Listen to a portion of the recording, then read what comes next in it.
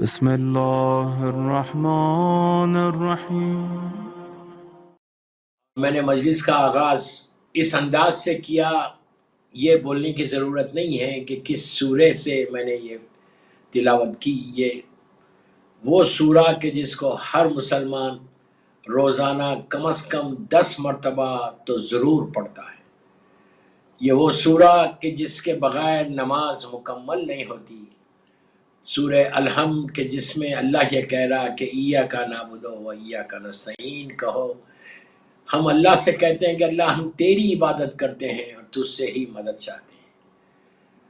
بے شک عبادت صرف اور صرف ہمارے اس کریم کے لیے ہے، وہ خالق کائنات، وہ رب العالمین، وہ رب المشرقین والمغربین، جو سب سے زیادہ کریم ہے، جو سب سے زیادہ رحم کرنے والا ہے۔ اور عبادت صرف ہم اللہ کی کرتے ہیں اور دعا بھی مانگتے ہیں اسی کریم سے کہ جس نے بار بار یہ کہا کہ مجھ سے مانگو میں تم کو دینے والا ہوں، اور اس سے بڑا دینے والا اور کوئی نہیں ہے۔ اتنا کریم ہے، اتنا کریم ہے کہ زندگی تمام دیتا ہے، ماں کے شکم سے عطا کرتا ہے۔ دنیا میں آنے کے بعد پوری زندگی سوائے اس کے کرم کے، سوائے اس کی عطا کے کچھ نہیں ہے، وہ صرف دیتا رہتا ہے۔ اور کرم اور بڑھ جاتا جب آخری وقت آتا اور ہم اس دنیا سے جاتے ہیں۔ جب ہم اس دنیا سے جاتے ہیں کہ جس کے لیے یہ مجلس ہم کر رہے ہیں، ایصال ثواب، یہ ایصال ثواب یہ وہی چیز ہے کہ اس کے کرم کا اندازہ لگائیے کہ جب تک ہم زندہ ہے وہ تو دے رہا مجھے، لیکن ایک دفعہ روح نکل گئی اس کے بعد بھی اس کی عطا میں کمی نہیں ہے۔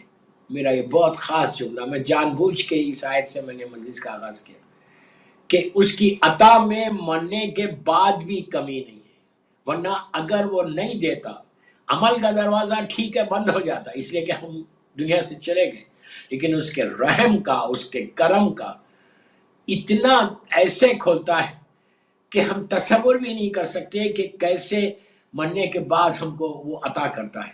یہ جو ایصال ثواب ہے یہ وہی چیز ہے کہ آپ دیکھیے کہ مرنے والے ہمارے مر گئے، 100 سال ہو گئے، 200 سال ہو گئے، 1200 سال، 1400 سال، مولا کے زمانے سے لے کے آج تک سب مر گئے، سب اپنے اگر آپ ان کی لحد کو، ان کی گریو کو کھول کے دیکھیں گے تو کچھ نظر نہیں آتا، کوئی چیز نہیں رہتی۔ اسی لیے حکم ہے اور ارشاد بھی ہے کہ روز محشر، ڈے آف ججمنٹ میں ایک ایک گریو سے، ایک ایک لحد سے 70,000 میتیں باہر آئیں گی۔ ظاہری طور پہ 70,000 میتیں نظر نہیں آ رہی، 70,000 میتیں نظر نہیں آ رہی، لیکن اس لیے کہ 25 ایئرس کے بعد باڈی بالکل ڈیکمپوز ہو کے ہر چیز ختم ہو جاتی، ایون ہڈیاں ختم ہو جاتی۔ جس جسم کے اوپر ہم کو بڑا بھروسہ تھا، جس جسم کے اوپر ہم بڑا ناز کرتے تھے، وہ باڈی کا حال یہ ہو جاتا کہ 24 گھنٹے میں، 24 آورس میں اللہ روح کو کہتا کہ جا کے دیکھو اپنی باڈی کو اپنی گریو کے اندر۔ یقین نہیں آتا اس کو دیکھ کر کہ یہ کیا ہو گیا میرے جسم کو، کہ جس جسم کے لیے میں مرتا تھا، جس جسم کو سنبھالنے کے لیے میں پوری زندگی اس کو پروٹیکٹ کرتا تھا، اس باڈی کو، آج کیا حال ہو گیا۔ 24 آورس کے اندر ختم ہو جاتی باڈی۔ جسم کے اوپر ہزاروں کی تعداد میں زمین کے چھوٹے چھوٹے انسیکٹس تمہارے اوپر حملہ کر کے وہ تمہارا جسم ان کی غذا بن جاتی ہے، لیکن اس کا کرم ہے، اس کا کرم ہے۔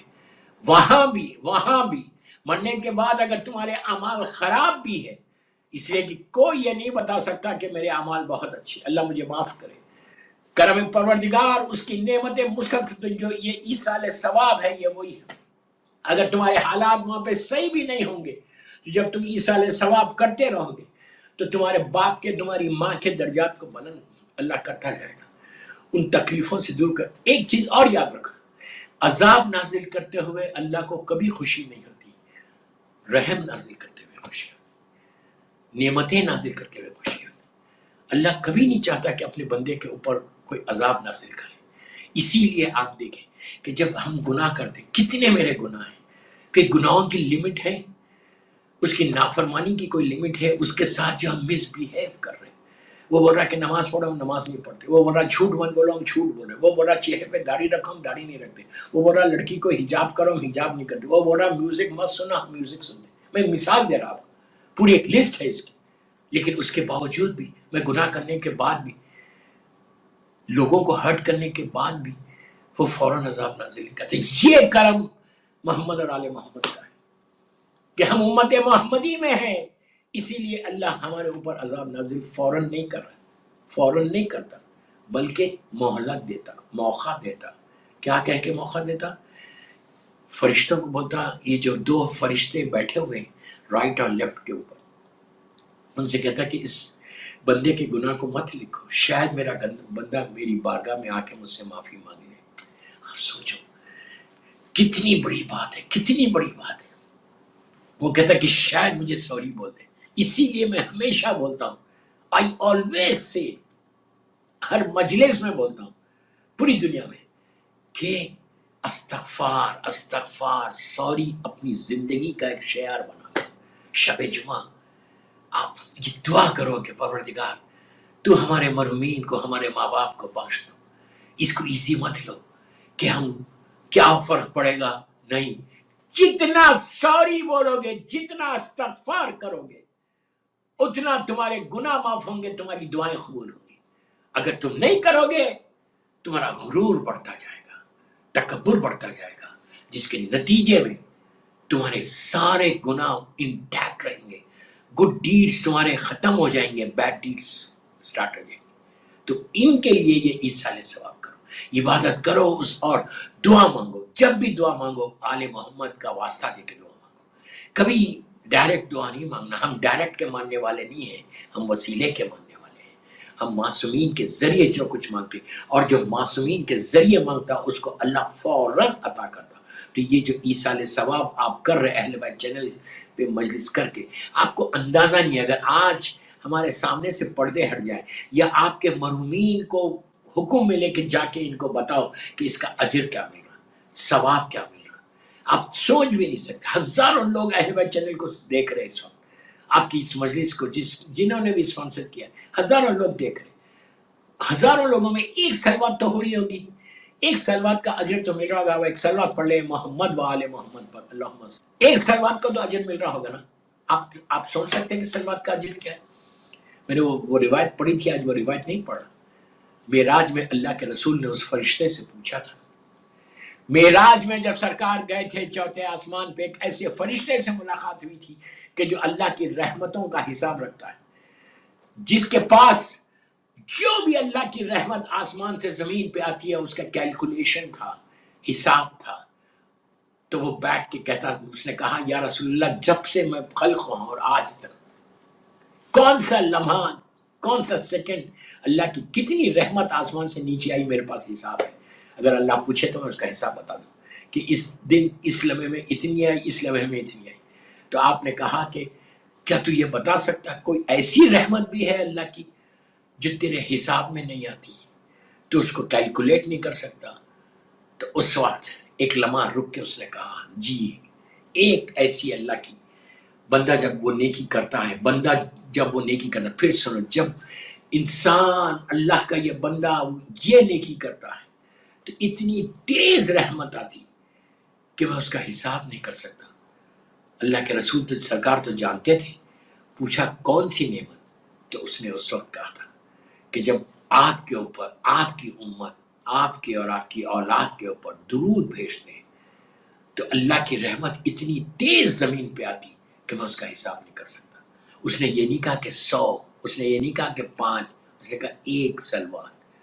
ایک سلوات پڑھ لے مرحومین کی مغفرت کے لیے شب جمعہ، اللہم صلی علی محمد و آل محمد و عجل فرج. تو ایک سلوات، ہزاروں سلوات اس وقت پڑھے جا رہے، سب نے پڑھا جو جو سن رہا مجھے اس وقت. تو ایک سلوات کا ثواب اتنا. آپ کو اندازہ ہے کہ اس سلوات کی رحمت آپ کے ماں باپ کے لحد کے اوپر کیسے پہنچے. اسی لیے حکم، اسی لیے جب آپ فاتحہ پڑھتے ہیں، یہ مجلس ایصال ثواب کی، اس لیے میں یہ باتیں کر رہا ہوں. اسی لیے جب آپ فاتحہ پڑھتے ہیں، ہمارے علماء نے جو طریقہ بتایا سر فاتحہ پڑھنے کا، کیا بتایا؟ کم از کم 3 سلوات پڑھو، 3 times، اللہم صلی علی محمد و آل محمد و عجل فرج. ایک مرتبہ سورہ الحم پڑھو جو سورہ فاتحہ ہے، اس کے بعد 3 مرتبہ سورہ خلق پڑھو، ایک قرآن کا ثواب، ایک قرآن کا ثواب۔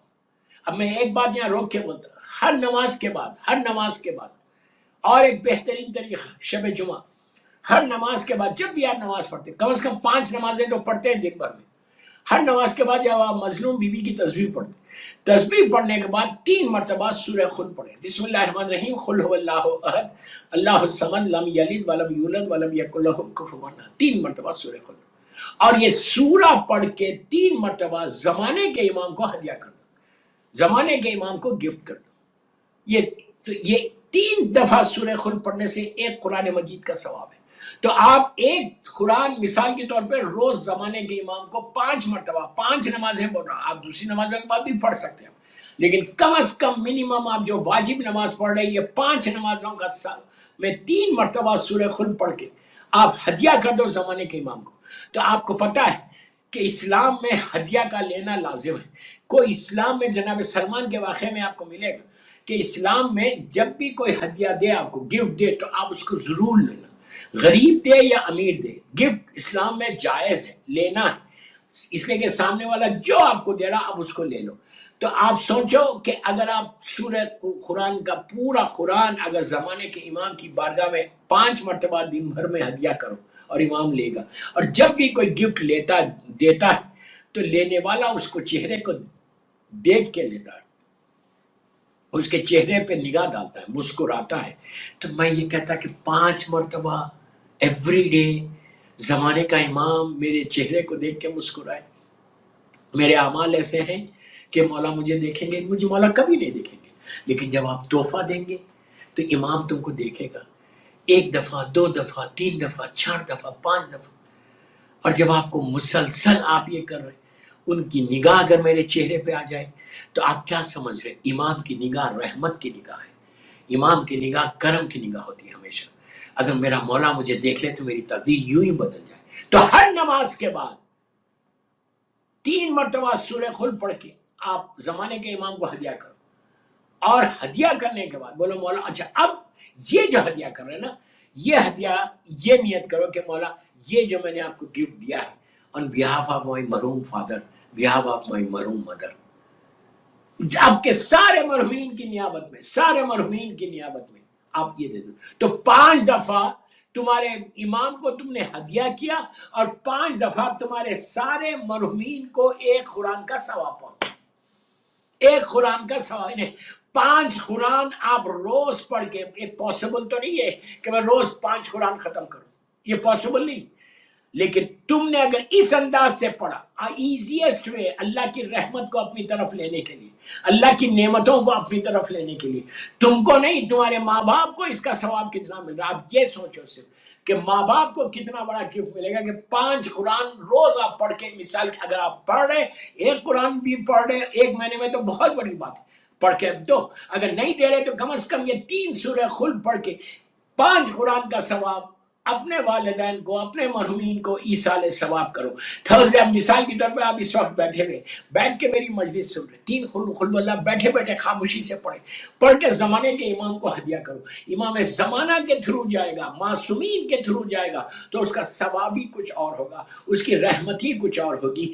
دوستو اندازہ نہیں لگا سکتے کہ اللہ رحمتوں کے دروازے ہر طرف سے کھول کے رکھا ہے، ہر عمل کے ساتھ دروازے کھلے ہوئے ہیں۔ افسوس یہ ہے کہ ہم اس دروازے سے کچھ لیتے نہیں ہیں۔ اللہ اپنی رحمتوں کو اپنے دروازوں سے بانٹ رہا، مسلسل بانٹ رہا، مرنے کے بعد بھی اللہ کہتا ہے کہ تم جو چاہے، جتنا چاہے ایصال ثواب کرو اپنے مرحومین کو، میں تمہارے مرحومین کی ساری تکلیفوں کو جو انہوں نے گناہ کیے ہیں، وہ ساری گناہوں کو معاف کر کے میں ان کو وہ نعمتیں عطا کروں گا، وہ رحمتیں عطا کروں گا کہ تم تصور نہیں کرنا کہ وہ اللہ کی بارگاہ سے کیا نعمتیں لے رہے۔ اور ہر قرآن کا ثواب لے کے جب تمہارے باپ کو تحفہ پہنچے گا، جب تمہاری ماں کو تحفہ پہنچے گا، اللہ کے فرشتے، یہ رحمتوں کے فرشتے جب لے کے جاتے ہیں تو کتابوں میں ہے کہ نور کا تشت لے کے جاتے لحد میں، اور جا کر اپنے تمہارے مرحوم کو دیکھ کے یہ بولتے کہ یہ تمہارے لیے اللہ کی بارگاہ سے تحفہ آیا ہے۔ تو مرحوم باپ پوچھتا، مرحوم ماں پوچھتی کہ یہ تحفہ کس نے بھیجا؟ کس کی طرف سے آیا؟ تو اس کو بتایا جاتا کہ تیرے بیٹے نے بھیجا، تیری بیٹی نے سورہ خلد پڑھا تھا، اس کا اجر اللہ یہ دے رہا۔ تو وہ فوراً اپنے بیٹے کو اپنی بیٹی کو دیکھ کے دعا دیتا ہے۔ آپ سوچو کہ آپ کے ساتھ اگر ماں باپ زندہ تھے تو آپ کے لیے دعا کرتے تھے، لیکن ان کی دعا کا دروازہ بھی اللہ نے بند نہیں کیا۔ کتنا کریم ہے، کتنا کریم ہے، اس نے ان کا دروازہ بند نہیں کیا، اس لیے کہ آپ جانتے ہیں کہ سب سے بڑی دعا اگر معصومین کے بعد کسی کی ہے تو وہ تمہارے ماں باپ کی ہے۔ تو آپ جانتے ہیں کہ کیا اجر تمہارے ماں باپ تم کو وہاں سے دعا دے رہے۔ کیوں دعا دے رہے؟ when you send something، جب تم بھیجو گے کچھ تو دعا ملے گی۔ اگر تم کوئی ایصال ثواب نہیں کرو گے، تم کوئی مجلس نہیں کرو گے، تم کبھی قرآن پڑھ کے تحفہ نہیں دو گے، تم کبھی کوئی نیکی کر کے نہیں بھیجو گے، جو تم بھیجو گے معصومین کا وسیلہ دو اور ان کی بارگاہ میں بھیجو، پھر دیکھو کہ اللہ کی رحمتیں تمہارے والدین کے درجات کی بلندی کتنا کرتی ہیں۔ ایک صلوات پڑھ لے محمد و آل محمد۔